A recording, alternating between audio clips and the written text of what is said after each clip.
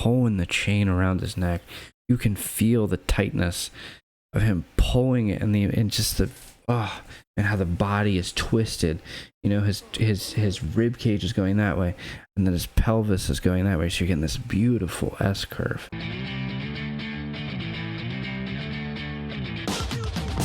Today we were going to do a video on my most anticipated book of the year. 2023 was the year of Faust and Tim Vigil finally getting this huge collected edition of Faust that we've probably been waiting for forever. Well, there's another book I've been waiting for forever. I was going to get the original, I think it was 4 or 5 issues of it, but I saw that this was coming out, and I thought to myself, I'm not going to pass this one up. I'm so excited. I should probably move this camera out a bit. So let's take a look at it. And that, of course, is New York City Outlaws by the great Ken Landgraf. I am a huge Ken Landgraf fan. I've covered a few of his comics and his drawing books. I will say one thing, that Floating World Comics did an amazing job on this, but I do have one issue with it, and I will go through that when we get to it, but it won't probably take very long because I think it's right in the beginning or close to the beginning, but beautiful, beautiful book. I'm a huge Ken Landgraf fan. I've been waiting to get my hands on any kind of copy of New York City Outlaws. The original issues are actually quite easy to get your hands on, but they're pretty expensive. And why not have everything in one place? So here we go. Let's go through this. So I have an introduction by Jim Rugg. Of course, Jim Rugg is somebody who has turned so many people on to Ken Landgraf. Cartoonist kayfabe, to my recollection, was the first channel that really covered New York City Outlaws. And it's just such an amazing book. I mean, it is the Outlaw book. And here's my issue. Here's my problem. I hate these covers. I don't know why. They have them in color on the back, but I feel like these are just really muddy and don't look very good. There's probably not going to be a second printing of this or any updated printing, but I'm just not a fan of this weird photocopy look. I mean, I guess it brings that aesthetic of Outlaw comics, kind of a DIY feel, but I don't know. I wish they had just put the covers in color as you get to the chapters, but I will say at least they have the covers to do the chapter breaks. I hate when graphic novels don't do that. So, of course, we go in, and then once we get to the artwork,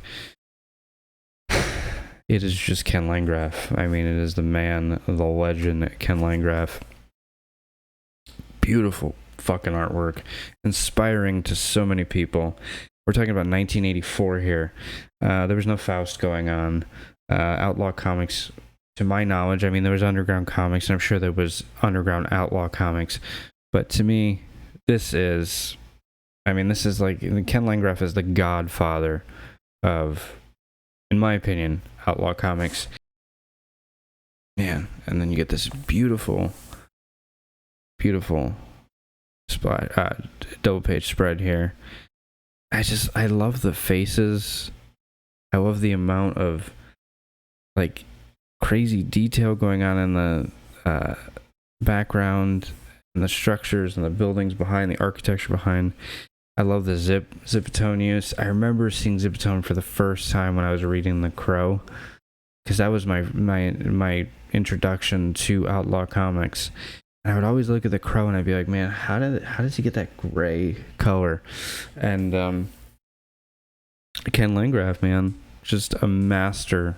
I don't know why I brought up The Crow, but I'm just saying it's my James Zabar, amazing artist. But man, Ken Landgraf, like the Outlaw master. Of course, obviously, regular artists used, zips and stuff like that. But I don't know. It's just very Outlaw, and that's what I love about it. Just that black and white. I also love how nobody else is zipped. Everybody else is inked, but then this is zipped. Very interesting choice. And we've looked at some of his work in the past, and man, this feels like he's trying to kind of get that like Marvel feel from like the 60s, because obviously that was the stuff he was inspired by, but it feels so modern, so underground, and just, I mean, I love it. This is my first time, by the way, going through this work. I've never seen this work before, so I'm pretty much freestyling here. And I gotta be honest with you, the stuff that I see, it's just so beautiful.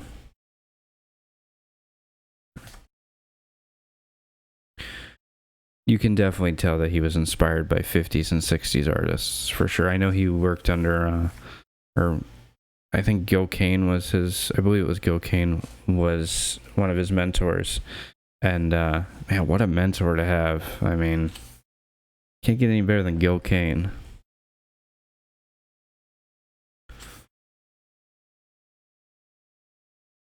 Man. And his storytelling and his composition and the panel. I love it when you see an artist who can sort of move the camera around. You don't get that samey feel.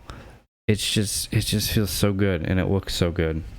And I love it. It's like that old like 60s like pop art, you know? I mean, just, man. You know who had to have been a fan of this? The fucking dude who did, what was his name? Ray Pettibone had to have been a fan of Landgraf. There's no way he wasn't. Looks like some Paul Galassi stuff. Yeah, I love that anatomy there.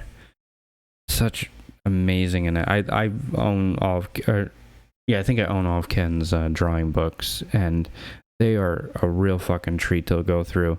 You should pick those up because they're really, really cool. But if not, if you can't pick that up, absolutely pick up New York City Outlaws. Because, by the way, the paper on this is, I love the paper. It's like that faux or fake newsprint.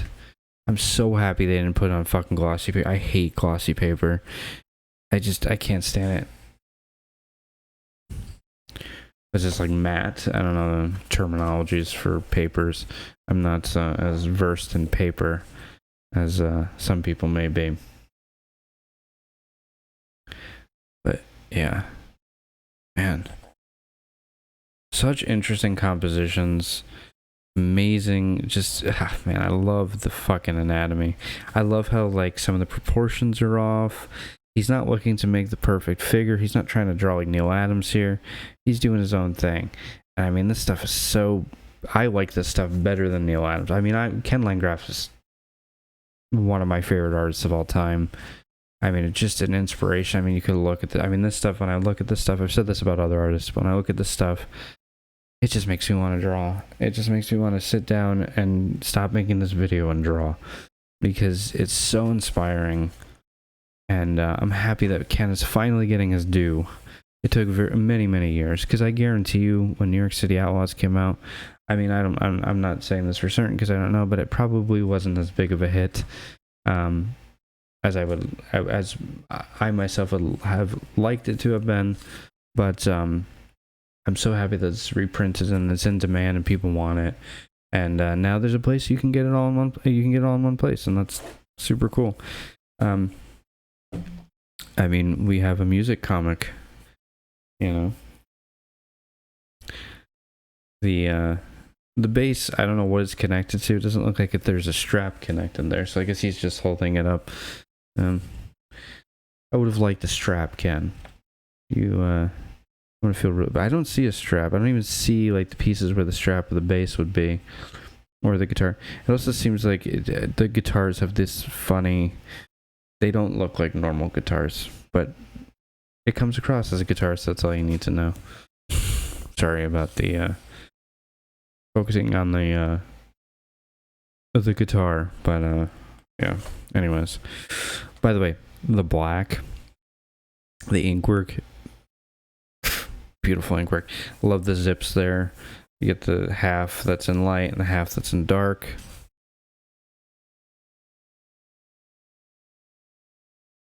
Using all different kinds of zip tones. So, man. And I feel like, 84, wasn't like punk dead at this point? Weren't we in like the weren't we in the like the hardcore scene of punk at this point? I don't know. This was not the CBGB years, I don't believe. But man, so cool. Punk rock comics.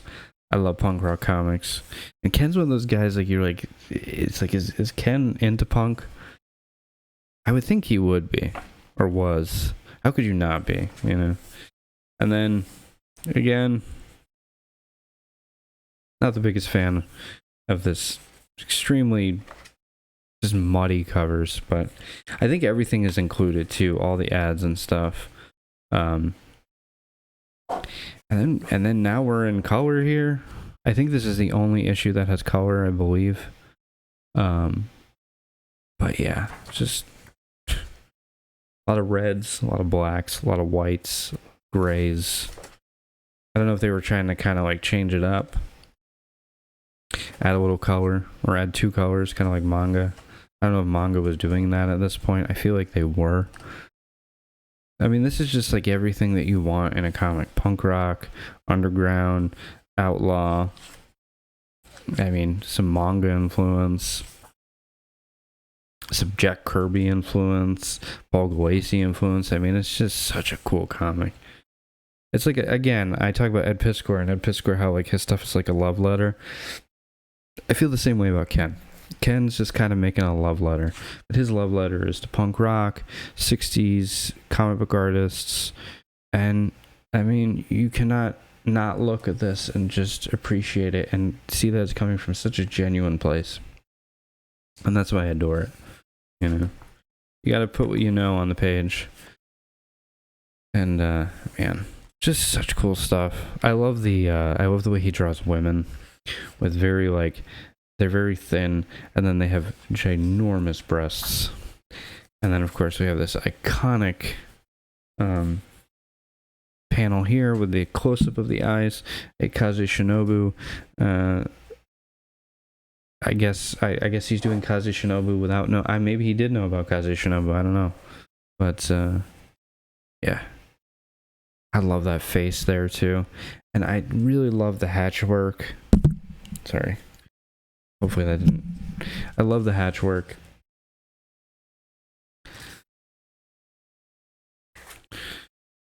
And he's doing a lot of great like perspective and a lot of great overlapping. It's just... And then that feels like a Will Eisner panel here. Man. And then the movement. This feels like that scene in Red Room, or I think it's like in the first issue where... Is it like somebody's running away from the cops or something? I can't remember, but yeah. Great action too. I love the small hands and like how they're slightly off proportion. But you don't have to be perfect when you draw comics. All that matters is getting it on the page and trying to represent what you're trying to get across. That's all that matters when you're making comics. I mean, obviously I look at this artwork, and to me, this artwork is amazing, and I love this kind of artwork. But I can definitely see how somebody would kind of look at this artwork as maybe a bit crude. I don't. I think this is an absolute total master at work and a masterpiece. But yeah, it's beautiful. I mean, come on, look at those hands. Beautiful, beautiful drawn hands. I mean, when he's shooting, he's got the pool cue up and he's shooting pool. I mean, it looks natural. It doesn't look weird or stiff. And you have to admire just how brilliant even doing something as simple as that is. It seems simple, but it's not. And how he's able to sort of do that. Because who wants to draw a fucking guy playing pool? I don't. You don't. Nobody does. But story should trump everything, Man.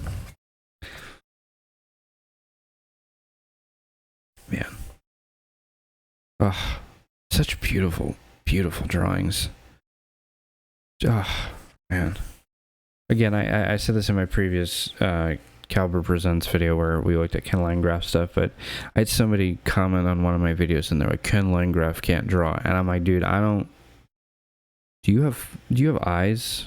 Like, how can you look at this and not think this stuff looks great?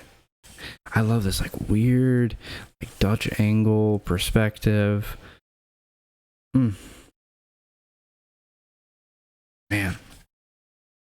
I like that guy knocking that door down. So much force. By the way, I've not read this comic yet, so I'm going to read it. I always look at my comics before I read them. I like to kind of do like a flip through, so I'm doing this with you guys first. And then eventually I'll read it.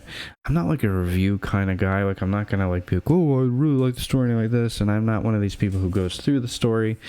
I'm just somebody who kind of looks at the artwork, admires the artwork, and appreciates kind of what's being done on the page.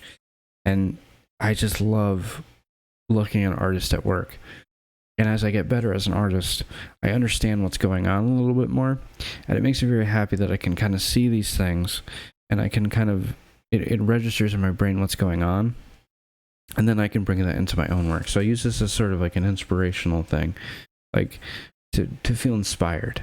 And when I look at this artwork, I usually jump right on the table when I'm done with the books. I usually do like 3 or 4 books in a sitting, and then I go and I sit down and I have all this inspiration, and you know, I go back through these books again and kind of look at the artwork and kind of understand things like this gesture going on with this leg going back and the foreshortening of the leg and how it's overlapping the back of the leg is overlapping the front of the leg. And I use all this stuff, you know, looking at the angles and the cross contours that you would have to use to kind of get that perspective of the head. I use all these things so that way I become a better artist. So I will say, I am a comic book reader. I love reading comics. But man, looking at comics is so much better, and getting inspired by comics is so much better. You have to learn the art form. You have to learn how it's done. But once you learn how it's done, then you can just kind of look at the artwork and sit there and be like, man, this stuff's really great. But yeah, anyways, man, beautiful, beautiful piece here. So much going on.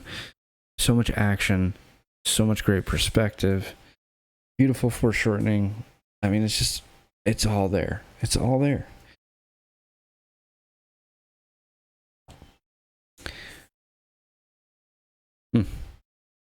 I mean, to me, this is the best thing Ken's ever done. I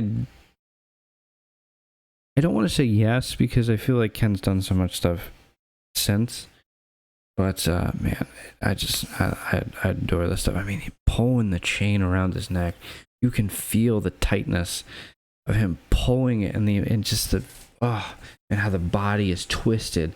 You know, his rib cage is going that way, and then his pelvis is going that way. So you're getting this beautiful S curve. And that arm kind of going off of there. Beautiful, and overlapping, and that head going back there, and it's going a different direction than the torso. It's just beautiful, beautiful stuff. Once you see it, once you know it, man. And then we are back to more rock and roll, bro. And I just love how they keep everything here like the original ads. Because what goes better than music and comics? And then, of course, this was on the back of, like, the rest of the issue. Wasn't this also on the back of... Am I thinking... Wasn't this on the back of, like, Caliber Presents? It was on... No, it wasn't. Was it New York City Outlaws? I swore this was on the back of something else, but maybe I'm thinking New York City Outlaws. I see Paul Gulacy so much in this work. It's so weird now that I look at it. Oh, man.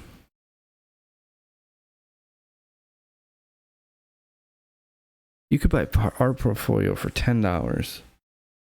That's interesting. Sorry, I'm looking at the original ads. I wonder what you got with it. If you're a big fan of Ken Landgraf, I mean, you can buy his original. Like, he'll do, like, sketches and stuff. Like, full finished pieces for, like, $40, $50, $60. It's beautiful stuff, man. Beautiful, beautiful stuff. And, of course, this amazing double-page spread. I can't speak, sorry. Reckon what you like to eat in there? I'll edit that out, but probably not. Man, I even love the texture on like on the walls. Even like the cloth on the legs, the drapery. Now I guess we have aliens because why the fuck not, right? I mean, when you can already beat up regular guys on the street, the next choice is aliens, right? Man. Look at those arms. I love those arms. I mean, look at that anatomy there. Like, you get the structures for the arms. You see a lot of that in his drawing book. I mean, he's just doing like this. He's doing the shape there, and then he's just adding a three-dimensional form under it. And then the lighting of it. Man. Oh, it looks so cool. So cool.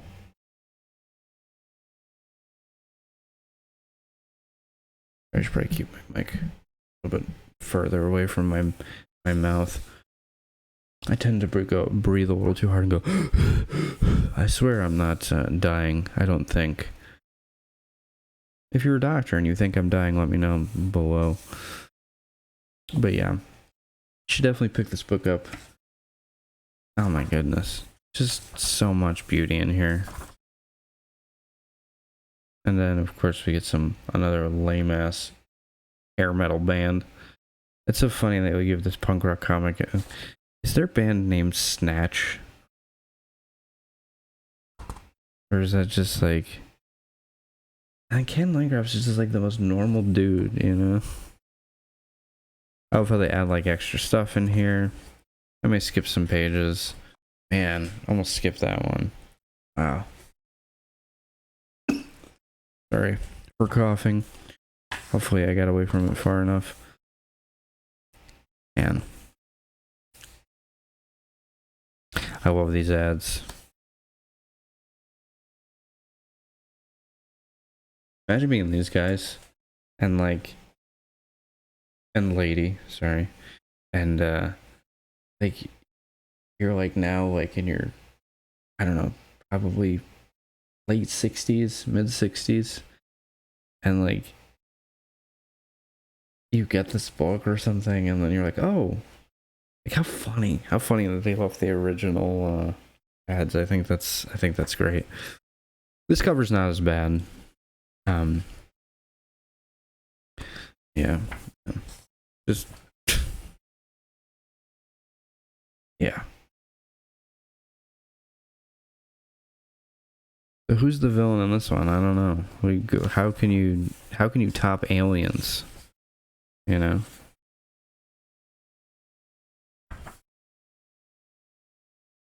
Sorry, I'm going through this rather quickly because you definitely should pick it up yourself. But just beautiful artwork. I mean, again, I keep saying that over and over again. Very cool artwork. Do we have ninjas now? Probably. It wouldn't shock me. Ninjas and aliens. And hopefully we don't have some huge spoilers here.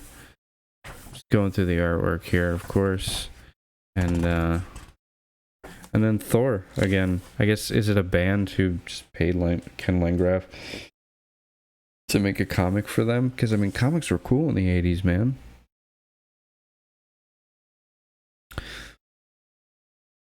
So you have to like, you probably have to like mail order these, huh? I wonder if these were in comic book shops, because comic book shops existed in 1984. And so yeah, very interesting. So we got issue 5. I believe this is the last issue. And again, I mean, great page here. Great 2-pager here. I honestly have to say that I can't put my finger on what I like the most about this art. I can't. It's just all good. It's all beautiful stuff. I mean, yeah. There's so many adjectives I can come up with how much I enjoy this and how much I appreciate Ken for doing such a groundbreaking piece of work. and it's inspired. So I mean, you gotta remember, this is before. I mean, this is '84.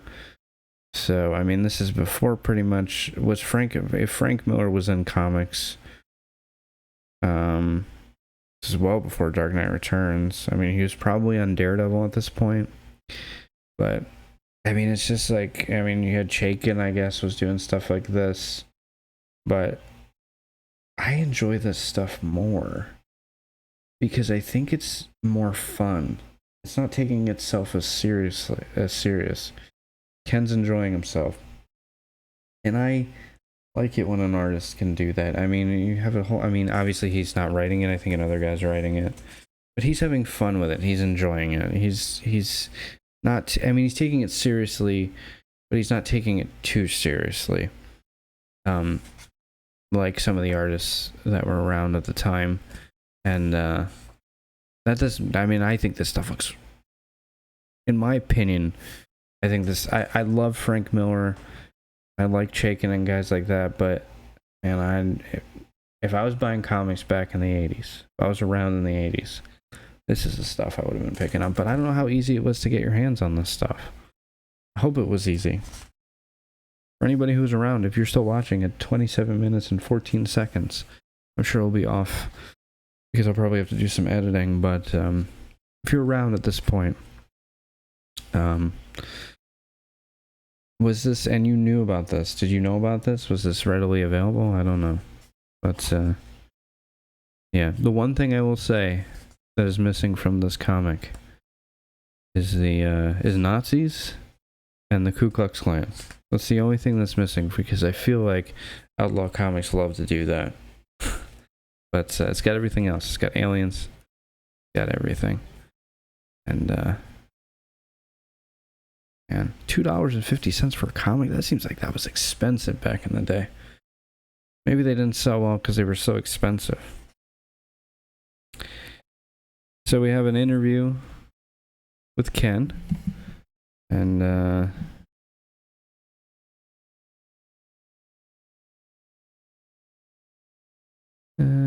sorry, I'm trying to look at this. So did he write to Steve Ditko?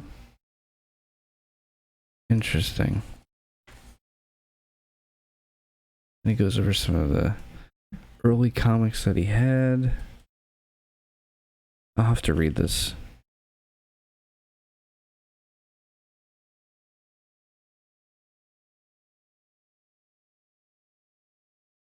Yeah, I'll have to read this at some point. But yeah, I would advise if you have not. Oh, and then here's the covers. A concept movie poster. Interesting. Obviously, it's not done by Ken, it's done by somebody else, but yeah, man. And I love that foreshortening. Or that foot coming forward. Such interesting color choice. But man, I would have bought this. For sure, I would have bought this comic. Oh, these are $2, so they must. Oh, and number 2 is $1. Man, whole dollar price spike. Can busting my balls here, man. Really breaking my balls. And then number 5 was $2.50. And then, of course, we have this piece in the back, done by Ken Landgraf in 2021, and man. That stuff looks good. That looks good. $29, $30. I bought it directly from Floating World Comics. I probably could have gotten it for cheaper on Amazon, but I wanted to buy it from the source. And the dudes who, I think it's the dudes who did Power Comics, had something to do with this. Great YouTube channel. I believe. I could be wrong, but I believe they had something to do with this. I know they were advertising it at one point. Yeah, man. Oh, cool. What a treat. Anytime I can look at Ken Landgraf's work, I'm all for it. I could look at Ken Landgraf all day. And sometimes I do. Sometimes I will just sit here and I will just look at Ken Landgraf for like 4 hours and just admire this amazing, just idol, like hero of mine, you know. I look at Ken as kind of being like my Jack Kirby. Even though I'm a Miller fan too, but Ken to me is Ken is I would never want to draw like Jack Kirby, but I'd love to draw like Ken Landgraf. Does that make any sense? I don't know. Hopefully it does. But anyways, that is New York City Outlaws from Floating World Comics, and I would advise you to pick yourself up a copy. I'm not being paid by them. Again, I'm not being paid by anybody. I don't have any sponsors. I don't have anything like that. But Floating World Comics, if you want to send me free comics, hey man, I'm all for it. Because that would be rad. Even though I definitely support indie comics, and because I consider Floating World Comics indie comics. Yeah, because it's a power comics. There we go. Boom. So I would buy it. Don't send me free copies. But if you'd like to allow me to buy your comics early, I'd be for that for sure. So yeah, that's it. I hope you enjoyed going through this amazing, iconic book, and just kind of taking 30 some odd minutes to really appreciate Ken Landgraf. I have some more Ken Landgraf coming in the future. I have his How to Draw Women comic that I want to go through, or How to Draw Women book that I want to go through, which I think has so much information, and it's so much helpful information. That's the other thing about Ken. Great artist, great teacher as well. I think he taught art for a while. I'm not sure. Don't quote me on that. But his drawing books there's some gold in there. I would not advise them to somebody who doesn't know how to draw. Like, if you're not in whatever. I'm not going to go into it. Just pick this fucking book up. It's amazing. I mean, you cannot go wrong with Ken Landgraf. All right, I'm going to go now because I'm talking too much. So thank you guys for watching. I appreciate you. Like, comment, and subscribe. I have a Discord channel. Join that too. I leave a link for it usually. I think we have a few people over there. It's not very active because I'm not very active on it. But it's like one of those things where it's like when you have 4 people there, and I don't know. I would like to have an active community. I try to keep active in the comments, and then I don't get much interaction on Discord. But yeah, join the Discord. Join the Instagram. I'll put the link below. Follow me on Instagram, I guess, as the kids say these days. I'm 33 and I sound like I'm 75. I think I was born in the wrong era. And yeah. Thank you guys. Peace out, Cub Scouts.